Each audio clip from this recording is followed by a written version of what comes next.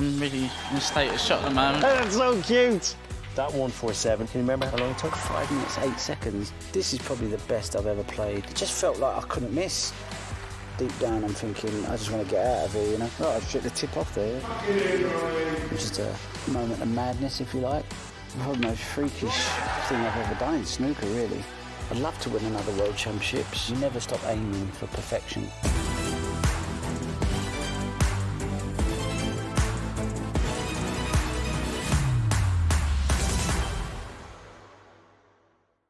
We're just going to settle back. Yeah. And we're going to watch some of the big moments from your career. Should we do it? Yeah, let's do it, yeah. Let's go back to you as a 17-year-old. UK Championships. This is when you really made your mark. So let's roll it there on the big screen. And the baby-faced Ronnie O'Sullivan in action, 1993, and your first title. Yeah. Look at you there, little cherub. Yeah. I was just finished qualifying score at Blackpool. I think I just won the B&H in Edinburgh to get the wild card for the Benson Hedges, which was a huge achievement. But I love watching the old footage of snooker. It's a bit like watching Only Fools and Horses from years ago, you know, like old footage of stuff, you know. You've got to touch your trigger of it. Arthur Daly, you know, all them sort of shows. It's very nostalgic, you know, and just watching this was like, for me, this was the best days of snooker, you know, when Hendry, Davis, Jimmy White, John Parrott playing in the MC World Championship. So I love watching this back. But yeah, I think this was the last frame, wasn't it? Playing Stephen. Stephen was my hero. Was Stephen world champion at this stage? He was smashing it now. He was, you know, by far the best player. I mean, now watch this shot now. I mean, I wouldn't even probably look at this shot now. You know, just shows what youth does to you. That would be too risky. Well, I'm leaving him in. Yeah. You know, I'd probably go up for the yellow or the brown or try and leave the white safe. But when you're younger, you don't think about missing, you know. That's the difference between now and then, you know. You just see ball, pop ball. You don't really worry about the consequences. But as you get older, you do. You're on the cusp here of your first major victory against the world champion. Yeah. These are the last few balls on the table, and you're calm as you like. Do you remember having a sense of my life's going to change in about kind of 10 balls time here? No, not at all, because like, obviously I've played so many junior tournaments, so many amateur tournaments, and you get used to winning, you get used to losing as well. But, you know, I had a good amateur career, good junior career, and I'd won a lot. So winning the winning line never fazed me. You know, I just used to keep playing. And I think even though it was my first big final, you just have that same mindset, you know. It's all about a mindset, I think. But Stephen taught me that I needed to have a different mindset. I thought I had a good mindset then, but once I played Hendry for a few years, he showed me what I had to do to become a real champion, you know. You're known for the pace that you play at. I think that's why you're really important to snooker as well. That's why you have to keep playing till you're 80, because the pace you play. Yeah. Kids now getting into sport, they want to see fast pace. Yeah. That 147 in 97, Yeah, was 97, it? yeah. Can you remember how long it was? How long it took? Yeah, I think it was 5 minutes, 8 seconds. 5 minutes, 8 seconds. Yeah. This is incredible. You seem to be flowing like you're in your own bubble. Can you remember what you were feeling, what you were thinking during this? Yeah, I mean, to be fair, I mean, I'd say 147, it just wins you one frame. But if you watch here, I think this is what I was having problems in my game, you know, so I'd got myself fit, so I'd lost a bit of weight the summer before, but my technique was very quick. This is, I mean, I think and although I had the 147, I knew I wasn't capable of winning the World Championships because I just wasn't, what's the word, clinical. Snooker's about being clinical. Although this was a great break to get, there were still shots here that I didn't play great, like this red here. I should have come off the top cushion. So this black here, I've only got one option, which is the red up there. Whereas now I'd play it off the cushion and I have 2 or 3 options. So although it was a fast break, you know, I still think it wasn't a great break. It was just quick, and it was done probably out of more panic than confidence, if you like. I haven't watched this for years, so it's sort of hard to remember what happened. Now you know. Yeah, I mean, this was a good shot off 2 cushions, I think. Yeah, so I played that well. That could have easily gone wrong. Are you deliberately playing fast? Do you have any idea what the clock is saying here?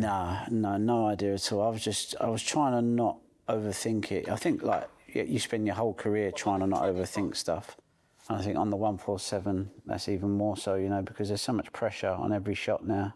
You know, one mistake and everything you've done beforehand just becomes a waste of time, you know. Well, that's the thing, actually, because to lose it all on the blue would be horrendous, wouldn't it? I miss now. You just feel like you think, oh, it's the worst feeling in the world. Look how casual you are. Yeah. This moment, describe it. Yeah, amazing feeling. Yeah, I was buzzing, you know. I was just, it was a bit of a blur, really, wasn't it? You know, 147. It was great. Yeah, great to get the maxi. Everyone talked about that maxim more than all the others, you know. And as a sports person, like it's probably, I've always said it's my least favourite one because I felt there was so many flaws in my game at that time. Although I had the 147, I just remember I wasn't in a great place in my game. It's never going to be perfect, is it? Never going to be perfect, but you aim for that. You know, you never stop aiming for perfection. You never stop, although there isn't perfection. I think there's beyond perfection. Have you had that? Yeah, I've had that many times where it's, well, I think like in Saudi Arabia, for that semi-final, I just felt, you know, we're going to make mistakes, but that was like instinctive for me. I felt instinctive and I felt clinically good as well. Thank you. The first frame. And anyone questioned, you know, how serious you're going to take that over there. Well, I think 2 147s kind of proved the point. Yeah. Wow. Yeah. Amazing. Yeah, probably the most freakish thing I've ever done in snooker, really. To make 147 is amazing, but to get 2 in one match was just unbelievable. Even in practice, every day I was just going in, just crunching the ball and just putting the ball where I wanted it, you know, and it's such a nice feeling, even just doing it on the practice table, but to then take it to the match table, it's such a nice feeling, you know, because obviously all the guys on tour are really strong and, you know, they bring their game to the table, and if you can just outplay them, it's a good feeling, you know. Is that your happiest place?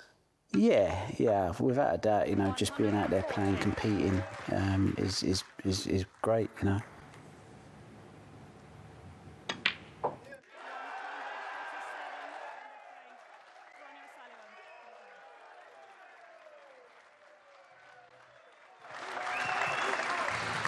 This was the second one, so it was frame 7, yeah. So frame 1 and frame 7, 2 147. So yeah, it was just amazing. You know, I started laughing at the end of it because I just didn't. You know, what can you say? You know, even my opponent looked shocked. He looks broken. Yeah, he was just like because at 3-all. You know, I've had 2 147s.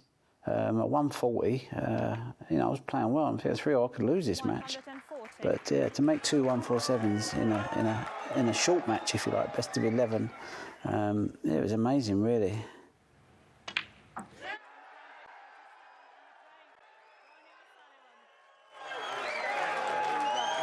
Should we go back to the first World Championships? Yep. 2001. 2001, and I'm interested in this one because to most people, becoming world champion is the greatest moment in their life. But you kind of said you didn't actually enjoy it so much. No, I was struggling at the start of the tournament. Coming into the tournament, I'd had a very good season. But coming into Sheffield, you know, I still had a lot of doubt because I thought, like, doing it over a week is one thing, but doing it over 17 days, I just never felt like I had the consistency of, like, a John Higgins or a Mark Williams or a Stephen Hendry. They can just keep churning it out, and over a long match or a long tournament, that's really the bread and butter stuff. And if you can do that well, then you don't necessarily have to play great to win, but you don't make many mistakes. And I just didn't feel like I was ready to win that tournament. So it was pure relief at the end of it, you know, to win it, especially for the first time. So my overriding emotion and memory from that was just relief. It wasn't, oh, I'm really pleased to have won it. I enjoyed that. It was like, oh God, thank God, like, I've got that out of the way, you know. So, you know, yeah, that was tough for that, but it was great to get the monkey off the back. You know, I did sit down about 3 or 4 days later or a week later and kind of go, God, it's a massive relief that I'm never going to be asked that question again. Like, are you going to be like, you know, one of these players that doesn't win the World Championships or at least fulfil some of his potential. So I wonder, when we get to 2013, your 5th world title, were you enjoying it then? Ah, yeah, I was. This is probably the best I've ever played in any of my finals. Someone asked me the other day. This by far was the best level of snooker that I played in any of my World Championship finals. Why is that, Ronnie? I just felt like I couldn't miss. You know, I just felt like I was just purely. I could put the ball anywhere I wanted. I was scoring well. I think I made 6 centuries in the final. There could have been 10. And Barry played well as well. You know, I think Barry. You know, he didn't make many mistakes, and That was my favourite hairstyle of all your World Championships as well. Oh, but this one was it? Yeah, that one, yeah. Yeah, I was a bit younger then. It's a bit thinning out now. But yeah, I just feeling so good about my game, and I played well the year before. I took the year out this year, so I hadn't played any competitions. So to come back to playing the World Championships, I've had no match practice at all for a year. What a shot that is, Ronnie. Look at that. Yeah, that is a great shot. Yeah, I just felt like I was hitting the ball so well. And to do it at the Crucible, it's not easy, you know. The Crucible is it's a great venue, but it can be difficult to play your best snooker at, you know, because the pressure is so big from the crowd and the expectation from everybody, you know. And the history, right? Oh, the history. Oh, yeah, obviously. I remember being there as a 14-year-old, you know, sitting just above where Barry Hawkins was, watching Steve Davis and John Parrott. So you kind of have this feeling of like what you're watching, you know, what most people, you know, I remember it as a spectator. So as a player, you realise the enormity of playing at the Crucible. It's huge, you know. Your last World Championships, 2022. Yeah. What a journey that was for all of us watching. We saw recently in the documentary behind the scenes at that last interval. Yeah. You're well up in the match. So the second last interval, you're well up in the match against Judd Trump. Yeah. But then you started melting down, and the doubt came from nowhere, and your psychologist was in. And what was going on? That was me in a good place, you know, but just the pressure of playing someone like Judd in the final. You know, yeah, I've had a couple of moments at the Crucible where I've really got stage fright, you know, where you just can't perform, you can't get the cue through, you know, you just can't. It's like getting the yips, is it? Yeah, yips. You know, where you just can't just let go of the cue or whatever. So talk me through that. You can. So you're literally, your cue action goes. You've not. You stiffen up completely. Yeah, yeah. You just can't get the cue through. So you're going to hit the ball, but you just think, I can't get the cue through. You know, how am I going to hit this ball? I had it against John Higgins in 2001 in the very final session, which was scary, but I managed to play through it. But I was like, it wasn't a good experience.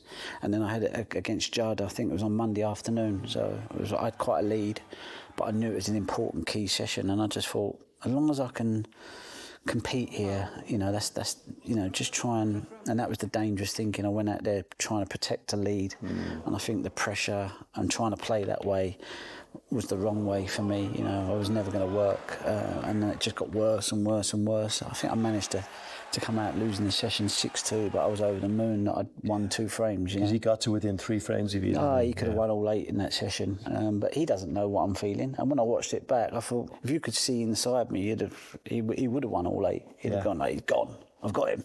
You were gone though. Yeah, I was. You were saying like, I can't do this. I don't want to go. I hate this.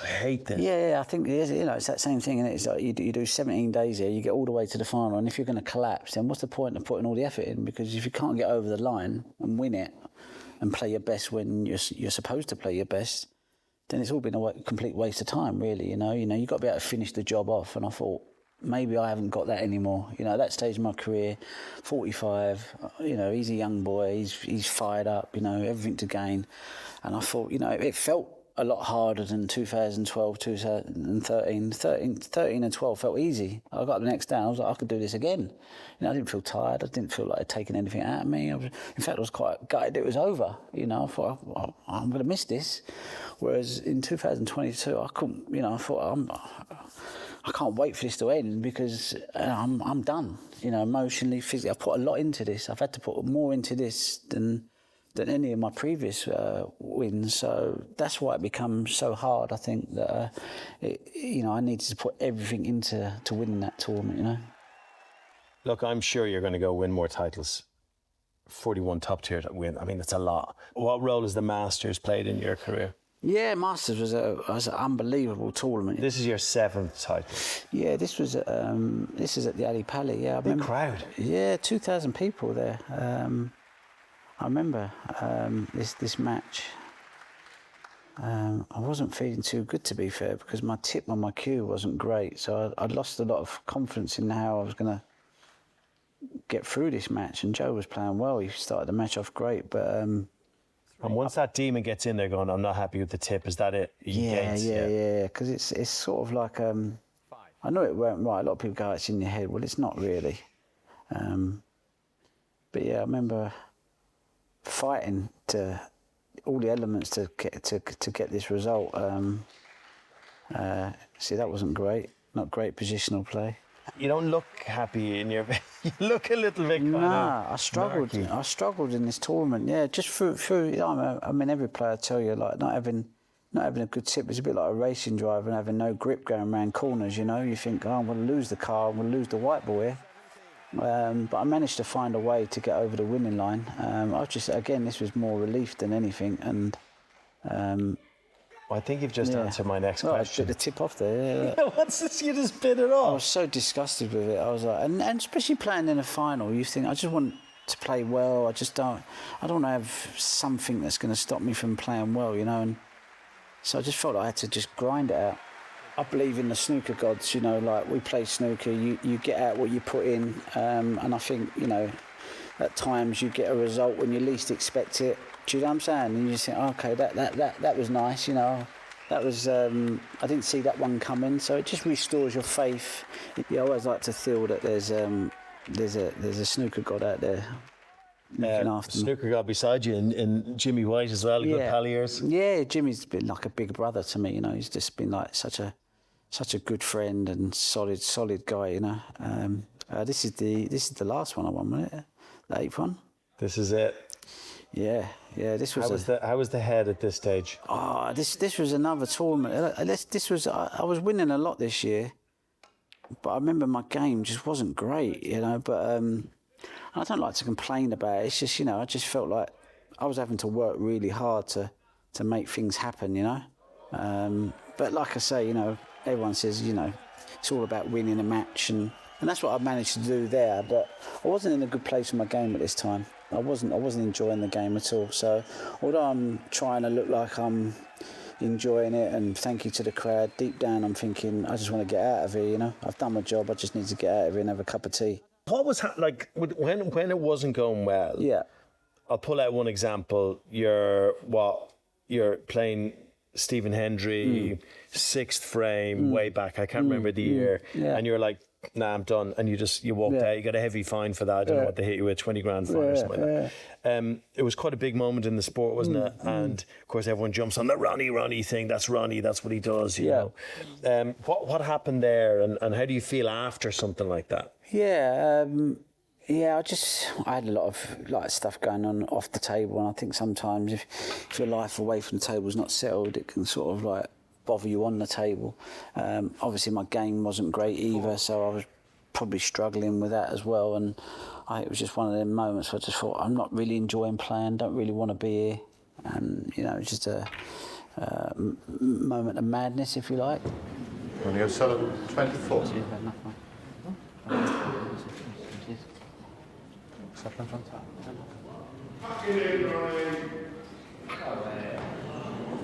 Sitting. Again, your emotions get the better of you. Would I do that now? Definitely not, because I realised what was going on in my mind, and I could have stopped it, but I didn't. It felt real at the time. But now I would just kind of, I wouldn't do that anymore, no matter how bad I was That's feeling. case in point, right? You just grinded it out there. You mightn't have done that before. You might have walked off before. Never. Yeah, or at least played in a way where I'd got beaten, you know, like I'd have gone for shots that probably weren't the right shot, because I just thought, I'm not feeling it, so I'll just throw caution to the wind.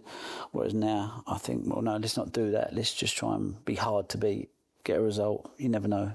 Things can always turn around, you know. Let's go back to the UK Championships, because that must have a very special place in your heart. Yeah, I think the UK Championships is definitely one of my favourite tournaments, you know. Obviously, it was the first one that I won. I've always liked where they've played it. York, great city. I just find it a great tournament. You know, it's got that special feeling about it. The history. You know, Steve Davis and Hendry. It was always an important tournament just behind the World Championship. So in many ways, it's got the prestige of a World Championships, but without the intensity of 17 days. You know, it's just a week of playing, but it's still a special tournament. You know. How are you when you're in the middle of a tournament now? When you go there, you're in your hotel, you go match, practice table, hotel, repeat. How do you deal with that now at this age? I think I enjoy it more now than I ever did. I think I probably know how to just roll with the punches and much more. But yeah, I think I enjoy it more now than I ever have done, which is great, you know, to finally be able to just treat your job like it's a hobby, you know. Well, I've always kind of had that sort of way about it. I think sometimes I was maybe a bit hard on myself. I don't know, but yeah, I feel like I enjoy it, even though it's high pressured and you know you're playing against great players all the time. I still feel like I'm able to retain that euphemism towards my sport, you know. Well, that's it. 2023, youngest and oldest winner. The greatest of all time, Ronnie O'Sullivan. What are you going to do now? What's the story? What am I going to do? Yeah, what are you going to do? Because you're looking great, you're fit. Yeah. You've got a lovely way about you. You seem calm and like I would say, from what I'm seeing here, is that you're probably considering where you were when you were younger and all the emotional stuff and the baggage and all the stuff that was going on. You're probably mentally never been in a better place to go and win tournaments. Would that be fair? Yeah, I think I'm still capable of winning tournaments. I'd love to win another World Championships. I really would. Just want to play well. I think the bottom line is just to be enjoying the game. You know, irrelevant of winning tournaments or not. For me, it's just about, am I having fun out there? Do I feel like I want to get my cue out of the case? I think that's the most important thing. And if I was able to win a few tournaments along the line, fantastic. But yeah, I'm just still happy and excited. I'm still enjoying the game, you know, which is the most important thing. This has been, I've really enjoyed this chat. Yeah, thank you. Thank you so much. Good, yeah. It's been really, really good. Good to talk to you as well. You're a great bloke. Oh, thank you. It's been great fun. Thank Should we you so watch much. We watch Downton Abbey? Settle in. Yeah, Downton Abbey.